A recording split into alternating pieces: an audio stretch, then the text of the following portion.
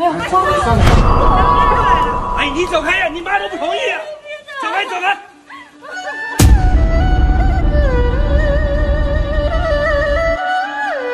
Tuwing weekend, ilang mga parke sa malalaking lungsod ng China ang dinadagsa na parang may paayuda si Mayor. Kagulo ang mga tao, paikot-ikot at may hinahanap, hindi murang bigas o murang sibuyas. Mapapansin ng mga sandamakmak na mga larawang papel na nakaplaster sa mga tabla. At ang iba ay nakadikit sa mga payong, nakasabit sa tali at sa mga puno. Ito ay mga impormasyon ng taong naghahanap at hinahanap.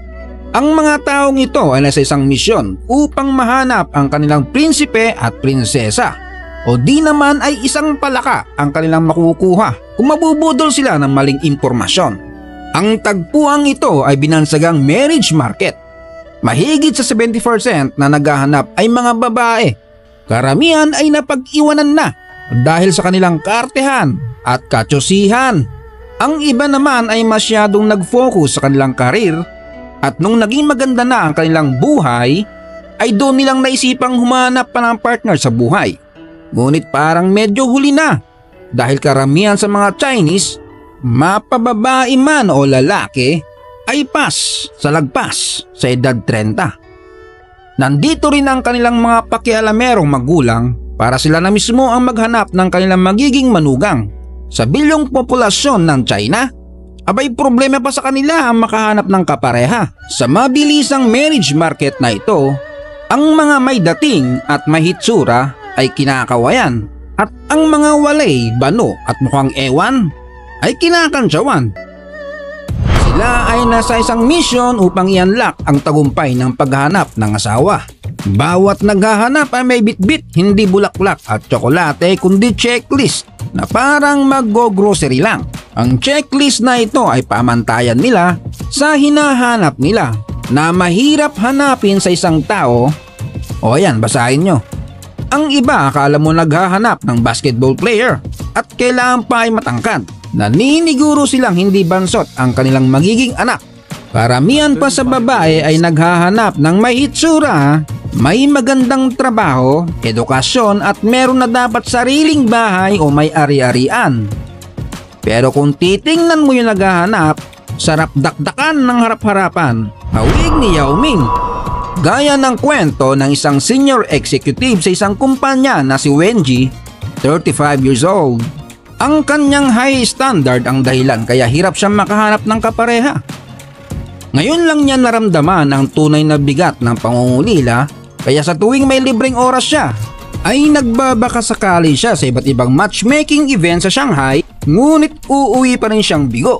Ang kanyang mataas at mahigpit na pamantayan ang nagpapanatili sa kanyang sa pagiging single sa mahabang panahon. Sa kabila ng napagtanto niya ang kanyang kahibangan, tumanggi siyang ibaba ang kanyang pamantayan kahit na binabatikos na siya ng mga matchmakers. Meron nga siyang natagpuan gaya ng hinahanap niya sa isang lalaki. Ang problema, hindi siya kusunada. At nakarinig pa siya na manghang pasalabuyo na salita na halos humiwalay ang mata niya sa kakaiyak. To be honest, I don't even want to look at her. Pinayuhan pa siya na nag-i-interview sa kanya na kapag humingi ka ng mataas na standard mula sa iba, dapat mo ring suwiin kung mapapantayan mo ang mga standard na yon.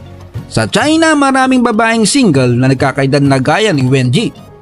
Karaniwang nakatuon lamang sila sa katayuan sa pananalapi at katayuan sa lipunan ng lalaki na hindi man lang sila manalamin muna kung karapat dapat din sila. Ang kanilang pamantayan sa pagpili ng kapareha ay kadalasang napaka-demanding, unrealistic sabi nga nila. Sa mga lalaki naman na may karir at pera, gusto syempre ng bata-bata pa. Maganda, sexy at pwede nilang gawing katulong at mag-aalaga sa kanila. In short, lahat ng mga naghahanap dito ay mga sigurista. Ayaw ng siguro, gusto sigurado. Para silang naghahanap ng yummy na cake sa isang hardware. Parang game show ang eksena. Masarap tumambay at magmarites dito. Nakakatuwa at nakakapikon. Marami sa kanila ay feelingera at feelingero. Ang mga magulang at kamag-anak ng naghahanap malakas pang mambara kaysa kay Louie. Alam ko yan dahil kaya kong tawirin ng underground at mainstream na parang langit at lupa. Ako si Constantine. Diretsahan ang labanan, prangkahan, wala nang pasakalye pang mahaba. Kung di ka pasok sa banga, maiiwang kang nakatanga at nakanganga. Walang sinasayang na sandali ang mga atat na ito dahil naghahabol din sila sa oras. Ang mga sumasali dito ay pwedeng malagay sa kahihiyan kung hindi nila makukumbinsi ang mga hurado, aka mga matchmakers. Sa China, ang mga matchmakers ay tradisyonal na gumaganap ng isang mahalagang papel sa pag-aasawa, na ang mga pamilya ay nagbabayad sa mga ito at dumedepende sa kanila upang makahanap ng mga nababagay na kapareha para sa kanilang mga anak. Kung maganda at bata ang babae, sila na ang bahalang maghahanap ng lalaking mayaman at sila rin ang magre-reject kung kasinungalingan lang ang mga nasa impormasyon ng aplikante. Sinasala at sinusuri nila ang bawat aplikante mula ulo hanggang paa. Ang mga magulang o mismong aplikante ay madalas nagdilista ng mga pamantayan tulad ng edad, height, trabaho, kinikita, edukasyon, kahalagaan ng pamilya at kahit Chinese zodiac sign. At kapag nahanap nila ang hinahanap nila, ay magkakaroon sila ng negosasyon. Pipintahan muna na parang baraha ang tao sa description. At kung tugma at konting kasinungalingan lang ay pwede nang pagsabungin ang kanilang mga manok.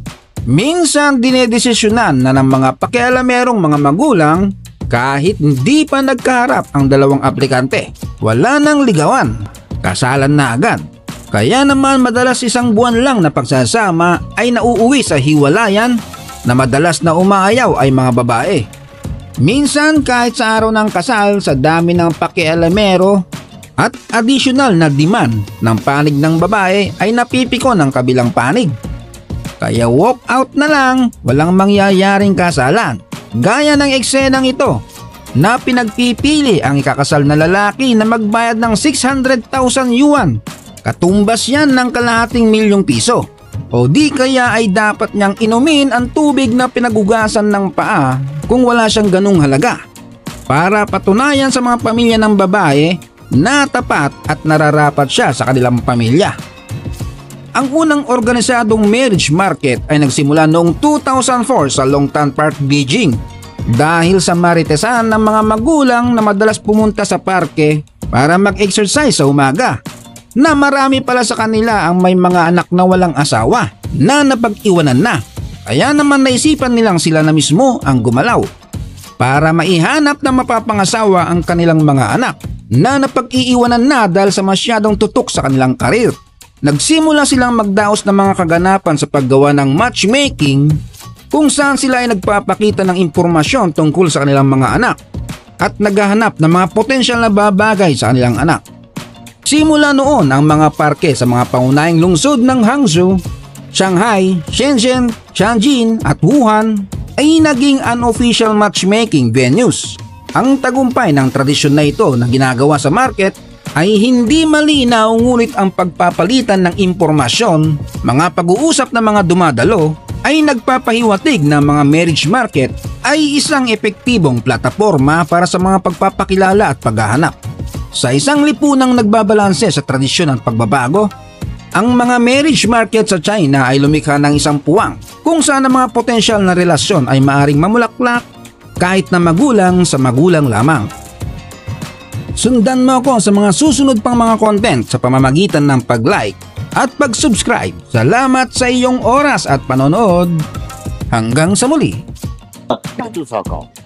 我166。我够嗯嗯行啊。用